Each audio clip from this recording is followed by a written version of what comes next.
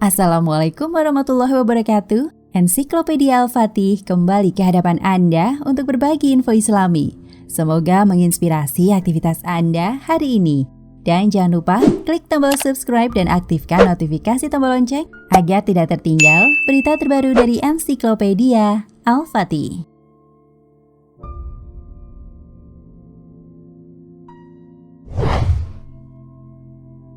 Kabar tentang adanya ular mengerikan bernama Suja'ul Aqra seringkali didengungkan di atas mimbar ataupun muncul di banyak buku dan website. Suja'ul Aqra disebut sebagai sang teman kubur orang-orang yang melalaikan sholatnya. Inilah salah satu dari beberapa jenis siksa kubur yang mengerikan. Di dalam siksa kubur yang gelap, Suja'ul Aqra akan muncul menjumpai seseorang yang saat hidupnya gemar meninggalkan sholat.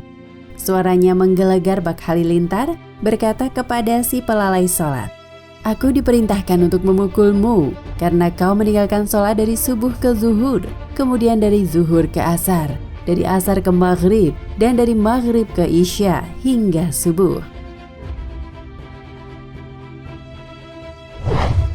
Suja'ul Aqra pun kemudian memukul dengan keras, terus-menerus memukul hingga hari akhir kelak. Penampakan si ular sangatlah mengerikan, berukuran besar, matanya dapat memancarkan api, tangan dan kukulnya terbuat dari besi dan membawa alat pukul dari besi pula. Hadis yang menyebutkan tentang Suja'ul Aqra sangatlah panjang. Disebutkan bahwasanya hadis tersebut datang dari Abu Hurairah. Barang siapa yang menjaga dirinya untuk sholat 5 waktu, maka Allah akan memuliakan dirinya dari 5 perkara. Diangkat darinya kesempitan, diangkat darinya azab kubur, diberikan kitab catatan amalnya dari arah sebelah kanan, dan ketika melintasi sirat seperti kilat menyambar, dan dimasukkan surga tanpa hisab. Dan barang siapa meremehkan sholat, maka akan dihukum oleh Allah dengan 15 perkara. 6 siksa di dunia, 3 siksaan ketika mati, 3 siksaan ketika masuk liang kubur, dan 3 siksaan ketika bertemu dengan Tuhannya di akhirat, dan seterusnya hingga sampai pada dalam kuburnya terdapat ular yang bernama Suja'ul Aqra yang akan menerkamnya karena menyia-nyiakan sholat. Ular itu akan menyiksanya yang lamanya sesuai dengan waktu sholat. Hadis riwayat Ibnu Najjar.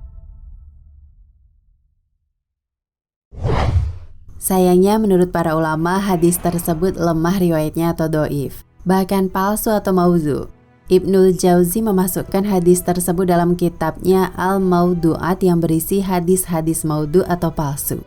Imam As-Suyuti pula sependapat dengan Ibnul Jauzi dan menilai hadis tersebut sebagai hadis palsu yang mengatasnamakan Rasulullah. Imam Az-Zahabi dan Ibnu Hajar juga menyebut hadis tersebut dalam kitab-kitab mereka sebagai hadis palsu. Imam Az-Zahabi berkata, yang nampak hadis ini batil di mana kemunculan hadis datang dari pemalsuan yang dilakukan oleh sebagian pengikut Thariqah As-Sufiyah. Penyakitnya atau cacatnya jalur hadis ada pada Muhammad bin Ali bin Abbas Ali, Abu Bakar bin Ziyad An-Naisaburi, Mizanul I'tidal.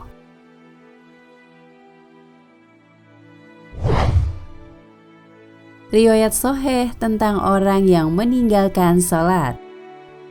Terlepas dari penilaian para ulama tentang hadis Suja'ul Aqra, ada banyak sekali dalil yang menyebutkan hukuman bagi orang-orang yang meninggalkan sholat. Dibanding berdebat mengenai kepalsuan hadis di atas, alangkah baiknya seorang muslim mencukupkan diri dengan dalil dari Al-Quran dan hadis yang jelas kesahihannya. Sesungguhnya Allah berfirman tentang orang yang menyia-nyiakan sholat. Apakah yang memasukkan kalian ke dalam neraka sakor?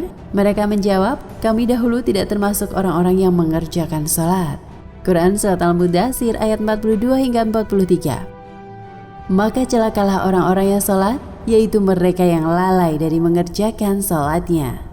Quran Surat Al-Ma'un ayat 4 hingga 5. Ibnul Qayyim menyebutkan seseorang yang meninggalkan sholat wajib terjatuh pada dosa yang amat sangat besar.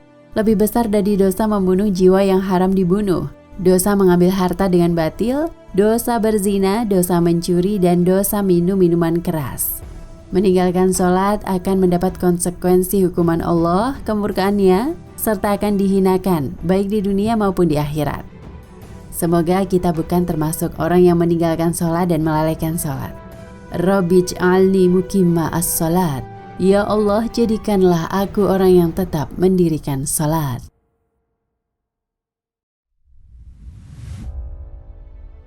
Nah pemirsa Ensiklopedia Al-Fatih, sampai di sini perjumpaan kita kali ini. Semoga menginspirasi.